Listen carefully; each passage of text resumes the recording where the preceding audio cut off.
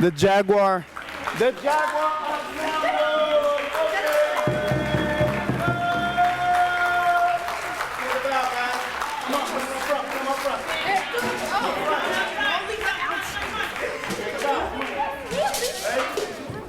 Ready? Let's go, guys. Ready? 1, 2.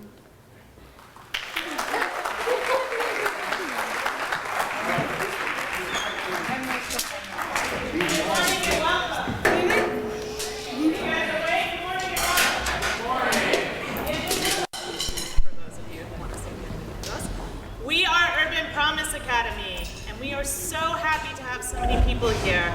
If you are an UPA student, will you raise your hand in the air? When I say, yo Jaguars, you say, what's up, yo Jaguars? What's up?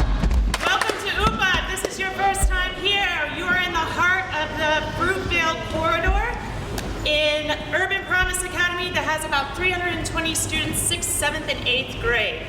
Today is all about technology, but true UPA style, we had to start with something a little analog, like our drumming ensemble. We also like throwing a party, so I hope you had a little dance on your way in.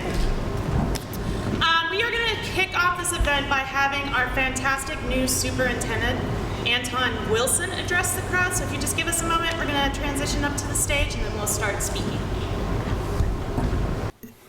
I'm excited to be here, not as excited as I would be if I didn't have to follow the drum crew there. I heard them out there and was beginning to wonder if I was going to get to come and talk about personalized learning, as they were actually expecting me to do a performance. And so luckily for you, it's personalized learning and technology and all of that. So I'm extremely excited to be here. It's my first opportunity to visit Urban Promise Academy, and I look forward to being able to get back here to spend more time. But I'm excited to be here for this reason. You know, our focus in Oakland Unified School District is to ensure that every student thrives. And we want to make sure that, quite simply, that our students graduate as caring, competent, fully informed, critical thinkers who are prepared for college, career, and community readiness. And so we want them to be successful when they leave. We want them to have fun.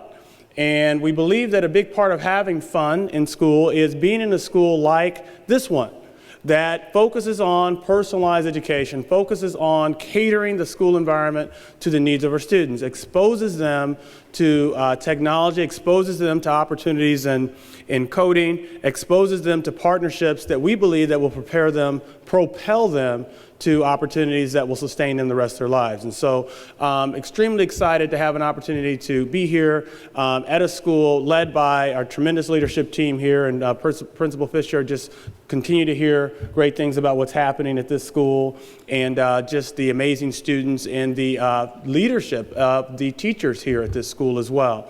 And it's important then that if we're going to do this, that we have partners.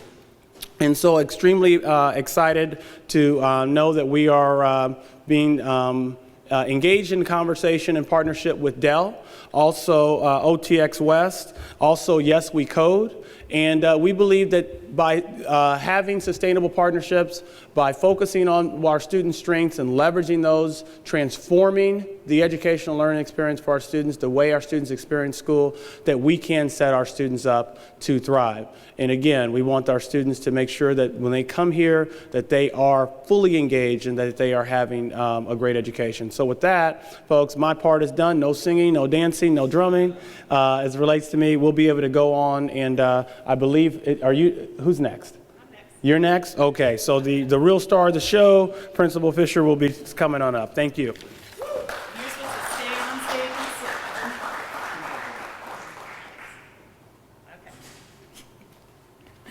I'm actually just a groupie. I don't sing and dance either. Welcome. I've been asked to speak a little bit about the inception of Urban Promise Academy and what 21st century learning means here. Urban Promise Academy actually came out of a really revolutionary initiative called the Small School Movement. And it completely changed the way that this school operates. It was an opportunity for schools to form these small community-minded schools out of these big comprehensive schools. And so like any good revolution, this school was formulated in people's kitchens and living rooms and garages, where communities members got together and discussed, what is it that we want for our children? At the heart of this school has always been having really high expectations that permeate the entire environment that our kids are raised in. We have been crafting a program that prepares our students for 21st century learning for the past 13 years. And when we think about that, we think about college, career, and beyond. For many of our students, well, we have a vision that our students will be able to complete high school, enroll in college, and finish it. And for many of our students, they will be the first one in their family to attend and complete college, which is going to have a tremendous impact on the Fruitvale corridor in about 10, 15 years, right? There are multiple challenges that we've been trying to solve using technology. For example, one of them is, how do you, in a single classroom, address all the multiple learning needs and learning styles of the students? How can we use technology to collaborate on a deeper level? How can we use technology to have our kids who live and are learning in East Oakland connect with a world that's bigger than them, right? And then how can we use technology to personalize the learning for our students? Today, we are really excited to showcase some of the solutions we've developed to those challenges. The first one is that we have started to use adaptive and interactive technology in our math classes to meet the multiple learning needs. And so for those of you who are excited to see during the breakout sessions, I'm going to take you into a math classroom in which students are using computers that are feeding them curriculum at their level. And that does a couple different things. That meets their learning needs, but it also frees up the teacher to give this small group instruction. And so the learning's a lot more personalized because the teacher is really only instructing about 7 to 8 students at a time. The second one is that we had the honor to participate in the Student Spaceflight Experiments Program, the SSEP, in which all of our students learned about microgravity in order to design these science project proposals in which they would design a proposal, and if they won, their project would get sent up to the International Space Station. It was actually our 6th grade team that won, surprisingly. And their project, which involves compost worms, and is very complex, I know it seems simple, compost worms, is actually going to be sent up to the International Space Station in October. The students used Google Docs to develop these proposals so that they could collaborate with each other, they could collaborate with teachers, and they actually collaborated with scientists across the country. So that's going to be a super exciting program to learn about. And lastly, last year I collaborated with our Dean of Students, who's a brilliant science teacher, to think about the challenge of how do we continue to push our students who are advanced in mathematics. And she designed this program called STEM, in which last year students learned how to code using a program called Scratch. We have a brilliant young lady who designed a video game, a 2-person video game that would put a lot of college students to shame. So you can learn what Fernanda designed in that breakout session. The use of technology at UPA is always about trying to meet student needs wherever they are, and to also engage them in navigating the learning so they feel more ownership over it. And we feel like when they're more engaged in that, they're more interested, they're more likely to be successful in high school, and then they're more likely to go on and be successful in college and career. I really look forward to showcasing. I don't think I'm as interesting as my students are. And so hopefully you'll stay around for the breakout sessions afterwards and see all this technology in action. Next, I am going to invite Jon Phillips from Dell to come up to speak to you a little bit about the role Dell has played in this. Come on up, Jon.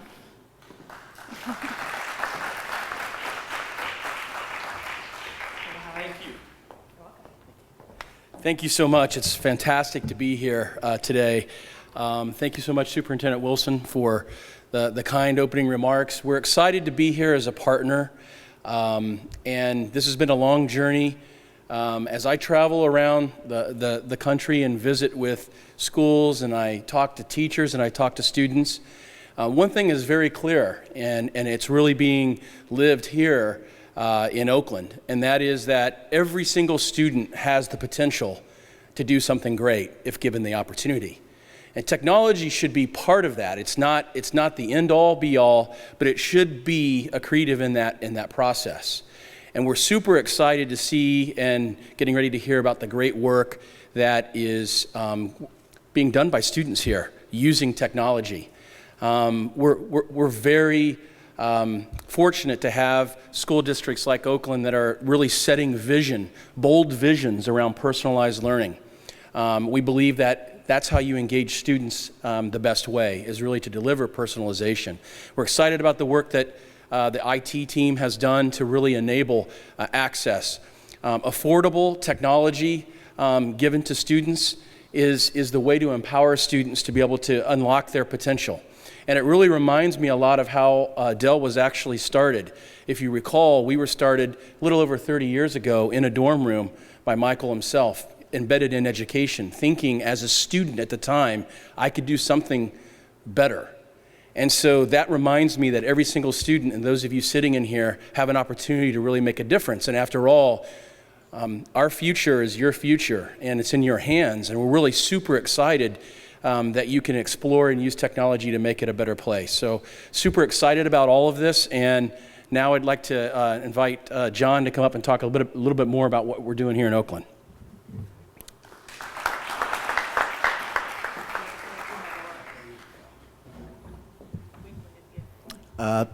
Thank you, Jon. I'm the IT officer here in Oakland, and like Superintendent Wilson talked about, we want every child to thrive. We want everyone to be college, career, and community ready. But to achieve that, they need the tools.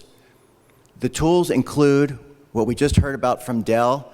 Last year, we partnered with Dell to get 10,000 Chromebooks across this district. And I just found out that the number with what we've just purchased already this year is now over 11,000 computers. And that's the basis of our IT goal, is we want to provide an equitable, supportable, standardized environment for all students. Not just some students, not just some schools. We want every school in Oakland Unified to have the resources that they need. Right now we have one computer for about every 4 students, except in middle schools like Urban Promise, we have 1 to 3. We also, if you look around here, you'll see wireless. We've just completed a wireless rollout. 44 of our schools have wireless in every classroom, and we're finishing that project this February to get the rest of the schools completely wireless. But it doesn't stop here at school. We want students to have 24/7 access to technology, and that involves bringing in our partners. We need students to have connectivity not just at school, but after school and at home. We're in a partnership with the mayor and OTX West in a program called Get Connected Oakland. We want to make sure every student has access at school. When they leave school, we want them to have access at our city libraries and our city rec centers. And then when they go home, we want them to have access at home, and that includes some sort of device and internet connectivity.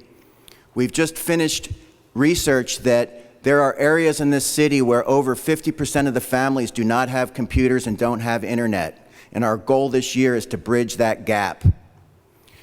But connectivity and devices are not everything. As you heard about what they're doing here at Urban Promise, it's the learning.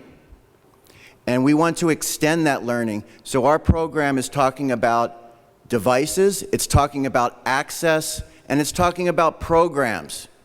Programs like code.org, programs that Hack the Hood is bringing to Oakland to have students make websites, and programs like our next speaker, Van Jones, with YesWECode. So it is that 3-pronged approach that we want to achieve in Oakland, and we hope to have your help to achieve it. And let me introduce our next speaker, Van Jones.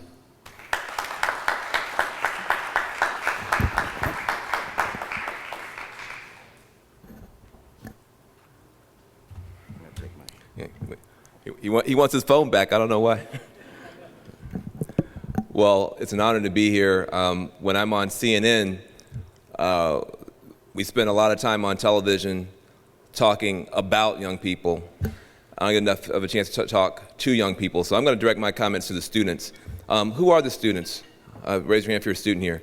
Okay, so I'm just going to talk to you guys. The grown folk will have to wait for a minute. Part of the reason that you were born, when you were born, is that we need you.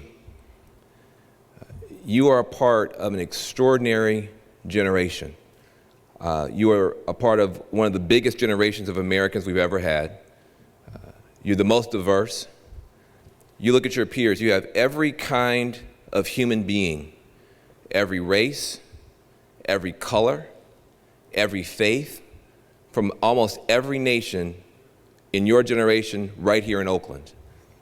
That is an incredibly powerful position to be in, to be your age right now in a town like this. When you have leadership like Superintendent Wilson, and you have companies like Dell that are betting on you, you get to do something that very few kids in history have ever been able to do, okay? You get a chance to, in your time, in your moment, even as a student, start to solve real problems, help real people, and take real power into your own hands. Now, how do you do that? The way you do that is that you take these devices that most of you guys have in your back pocket, that smartphone. Who here actually has a smartphone? Whose parents let them have a smartphone already? All right, good. So your mom trusts you a lot. How many people here have ever downloaded an app on that smartphone? Anybody ever downloaded an app? Yeah. Third question.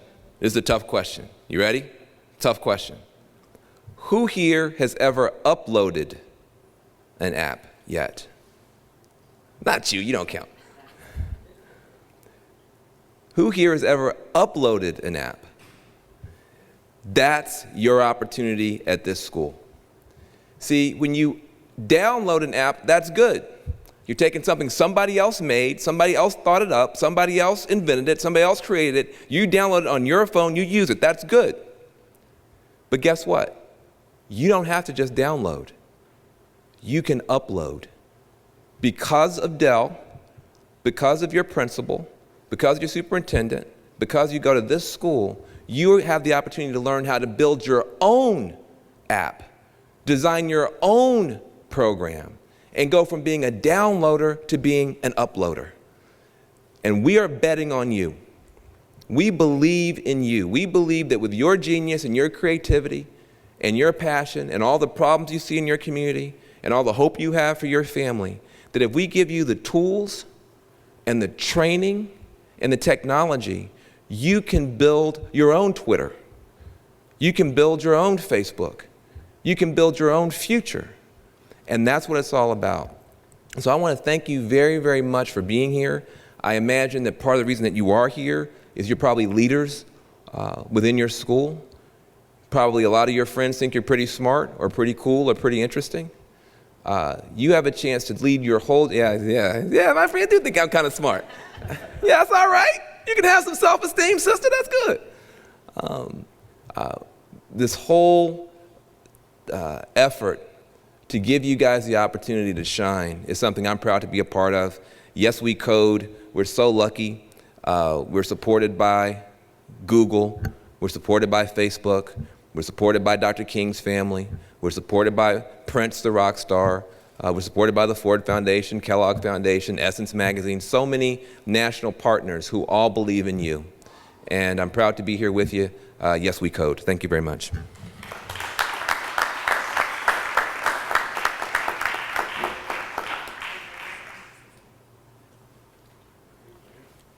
Now, they gave me the last word, which is always dangerous. I want you to do two things for me. My dad was a principal in a junior high school. He was born in poverty. I'll tell you a little bit about my family. I hope to meet you later on and learn about your family. But my dad was born poor. He joined the military, got out, put himself through college, Then he didn't stop there. He turned around, he put his little brother through college. Then he put his cousin through college. Then he put me through college and my sister through college. But when he got out of the military, he was a cop in the military. When he got out, he became a junior high school principal. And I'm going to tell you, my father passed away. He died in 2008. And I went to his funeral. And there were grown people with gray hair who had been his students, who were there crying and could tell all the great things 20 years later, 30 years later, that my dad had done for them as a principal. You have no idea how lucky you are to have the kind of principal that you have here, who cares so much about you, who's so innovative, who tries so hard. She's up late at night, she's here early. I want you to give your principal a round of applause, and then we'll get out of here. So. Thank you very much, sir. Oh, did I make it that long? All right, great. Now the real part of the festivities begin. We get to showcase all of these amazing things that we've been doing with those Chromebooks we heard about. So this is the way this works. We have 3 breakout sessions. One is in the room to your right when you leave, and in that room you're going to meet Miss Thierry and Fernanda, who have done some amazing work with coding and with video game design, and you even get to play the video game, so that should be a lot of fun. Over to your left when you leave the room, you're going to meet Miss Ball and Miss Lehman, who helped produce this amazing project in which our kids were designing science proposals, and the winner got to get their project sent up to the International Space Station. So they're going to show you how they did that. And for those of you who are really curious about what that looks like in the classroom, what technology use looks like in the classroom, you're going to stay here with me, where I'll explain what we're going to go see, and then I'm going to take you to Mr. Ramirez's class where you can see it in action. This is where we need some adults to look around and see how this would work. We need about 10 of you to go this way and about 10 of you to go this way, and the rest of you could stay in here. And you'll have an opportunity to rotate if you're like, wow, all of those opportunities sound great, so I'd like to see them all. Okay. Students, thank you guys very much. We're going to send you back to class because we know that your learning is really important. And I'll give you about 10 minutes to transition to the next, middle school principal. The bell will ring in 10 minutes and you guys can be in your place then. Thank you very much. So she's going to share with you 2 projects that she made. You want to show your game? Okay. How old are you? I'm 13. So this game is a 2-player game in which player 1 is a basketball, player 2 is a tennis ball, and you're both trying to get this money back. And each time you get one, you'll get a point. Does anyone want to play? We want 2 volunteers to come up and play the game. Do you want to explain how they're going to play it? So the basketball, you use the arrow keys to move, and the tennis ball, you use A, S, W, and D. What's the object of the game? Okay, and stop. What's the object of the game? Grab the money bags.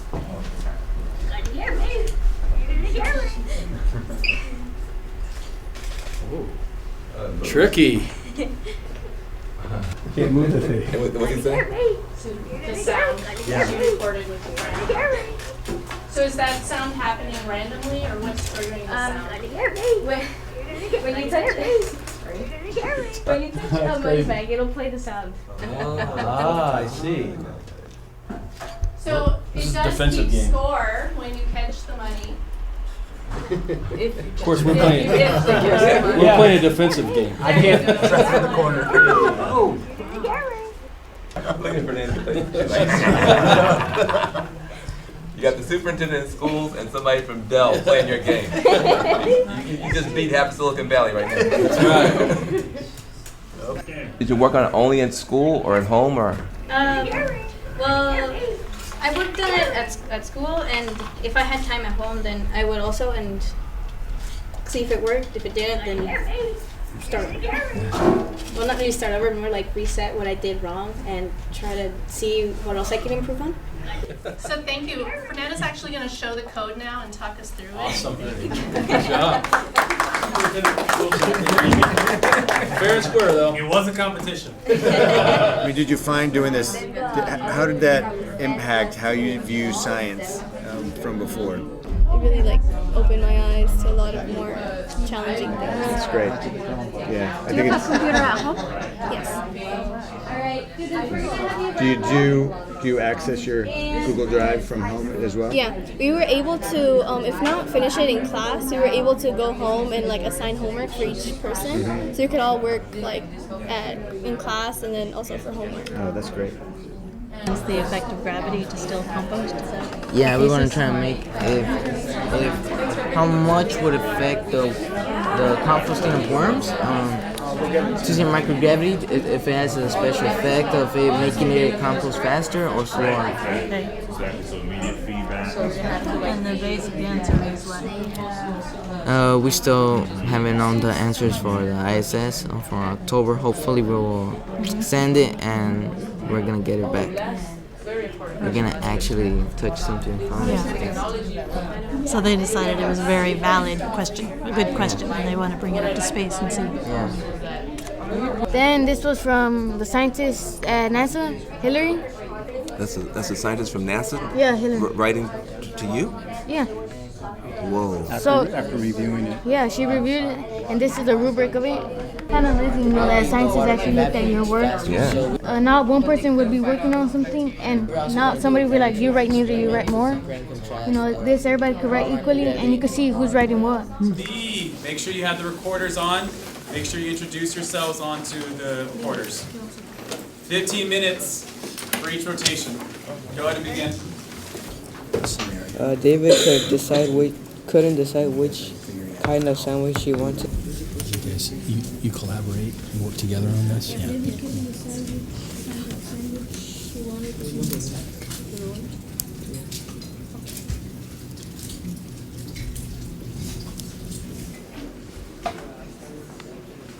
Does it feel kind of a little bit like a game, getting through it? Kind of.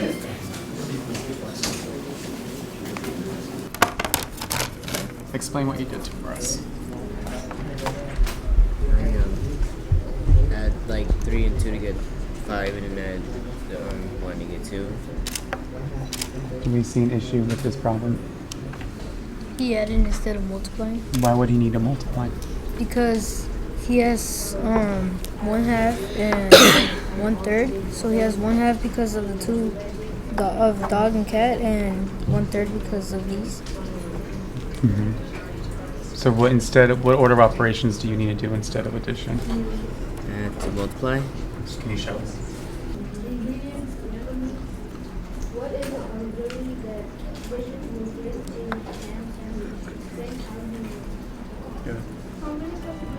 To go a step further.